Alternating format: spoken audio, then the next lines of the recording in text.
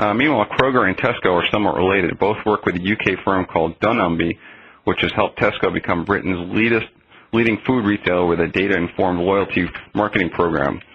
Kroger has worked with Dunnhumby to make decisions about its store design, merchandise allocation, pricing, and category management based on customer data. Such marketers have shown that loyalty programs, when informed by customer data, can be much more effective. But today's Web 2.0 environment, which has marketers swimming in data, can also offer some new possibilities. One relatively new discipline in text is called text mining, in which automated software pores over social media call center data, surveys, and customer reviews to assign recommendations to marketers. Please go to the next slide. For instance, a Virginia firm called Clarabridge, which works with Walmart, Marriott, and United Airlines, among others, lets marketers identify when a possible controversy is spreading via social media in real time. This doesn't have to mean a Tylenol or Toyota-type scare either. The company recently worked with a video game firm. Within 24 hours of a new release, the company discovered that many users were complaining that there was a lack of support for one of the existing consoles.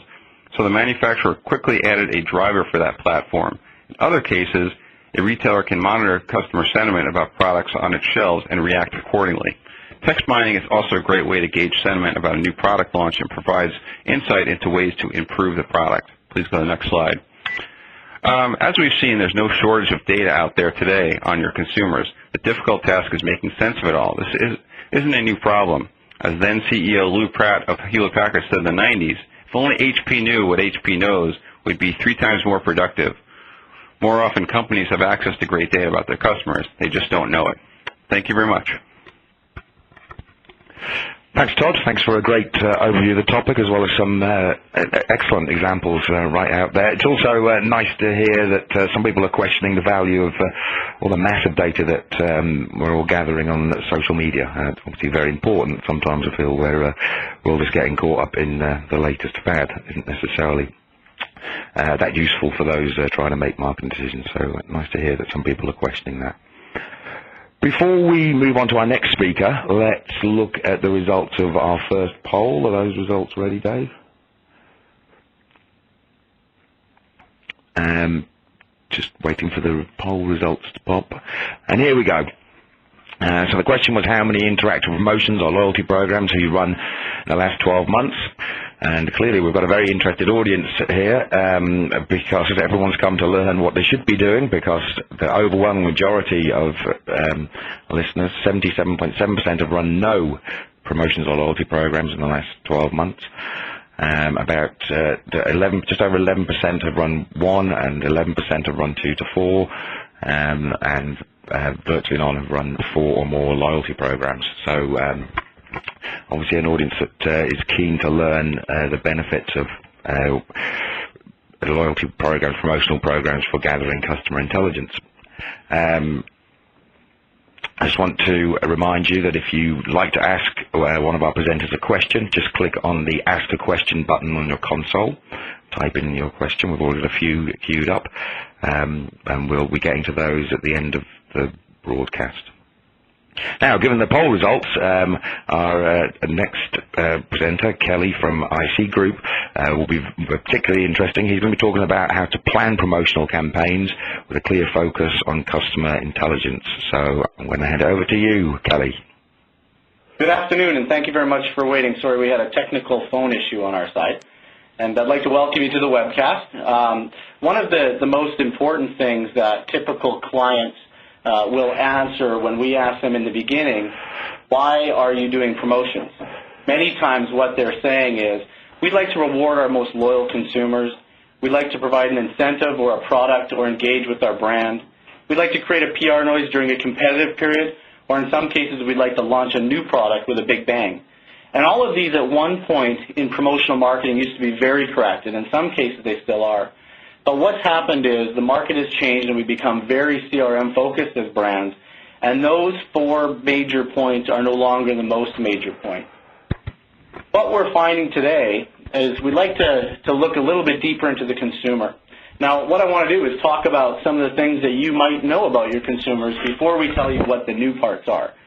So, do you know what your consumer's lifetime value is to your brand, can you actually calculate how much over the lifespan of their purchase cycle they're worth to you?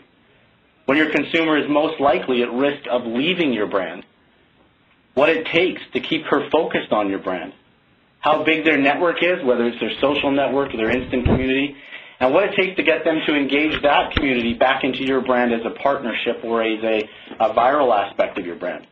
What communication technologies will they most likely respond to you that you're delivering your marketing and promotional programs on? What marketing vehicles provide the best acquisition value for your promotion? The least amount of spend for the best amount of acquisition. And what promotion mechanics do they like? Do they dislike? What prize offers or rewards do we know will make them excited?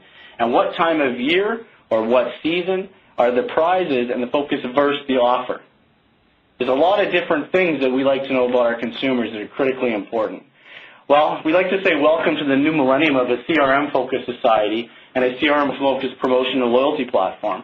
And some of the key points of difference between the old and the new are that marketing and behavioral data captured comes first. One of the most important things we find is that the who they are is as important as the what they purchased. What they do in between the times in which they purchase your product, which in some cases, if you're a bottled pop, they may purchase you very frequently, but in other cases, they may only purchase you monthly or every 6 or 8 weeks when there's a need. What are they doing during that time period where you need to engage them in? What marketing entanglement strategies and what based executions do you actually employ to keep that consumer engaged in you in between time? And we also like to say that, one message to all is a marketing strategy that no longer really is relevant. We really need to have segmentation in our programs, and that is what's going to drive the best one-to-one relationship with a consumer and therefore the highest results. So how do we get there is really the question. Well, marketing and behavioral data capture really does come first. So some of the things we wanted to share with you are what do you need to think about and plan before you go into a consumer execution promotion, and what are the types of data that might be the most valuable things you'll ever get as a marketing company? Well, you need to think about what you want to know from your consumers other than their demographics. We've all seen very basic sweepstakes and other executions where they provide you their name, their phone number, and their address. And in some cases, from a geo-targeting perspective, that becomes valuable. It allows you to understand where they've come from. But one of the most important things you need to think about is outside of that pure registration form, what types of behavioral data is important to you, and then how can you use that to create a one-to-one relationship with your consumer? You need to then ensure that the mechanics of the promotion you delivered tell you that story of the data that you wanted to collect. It doesn't need to be just about that trip or that little carrot that we're rewarding them with. We really want to make sure that they are looking at all of the things that you need them to collect and be able to provide that for them. We need to ensure that your customized reporting will easily gather this data and then report it back to you. There's nothing more frustrating than having a promotion that you think you're collecting all of the data that you ever wanted and then find out in the end, but there was no way for you to analyze it because the collection, the way it was really just a spreadsheet and very difficult from an analyst's perspective. And then you also need to ensure to have a long-term consumer data strategy. So campaign over campaign, that data is still tracked, measured, and analyzed. And in many cases, when we're looking at doing single promotions, we collect a certain amount of data, and we can use that data in the best way we can for the next program. But as you start to articulate the data over and over, promotion after promotion, you start to become extremely savvy in understanding what it is that your consumers want and the types of things that you need to do in order to have the best impact to sales. So let's talk about the who they are and why it's more important than what they purchased. Now that sometimes is a very hard thing to say to a client. We say, wait a minute, the most important thing is them buying my product, and that is true. But do you know what they're doing in between and who they are as a person? Are they coupon clippers versus sweepstakes players versus gamers? Are they single? Do they have a family? Do they respond to TV, print, social networks, or web? Are they really mobile savvy and really that's where they're most attainable? Or are they actually on the internet all day? Are they a pet owner, a dog owner? Do they have a cat? Do they have a monkey? These are important things for us to know.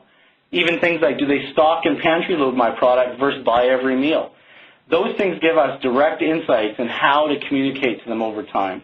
Those are the most important things we like to look at in understanding the Delphi of a consumer.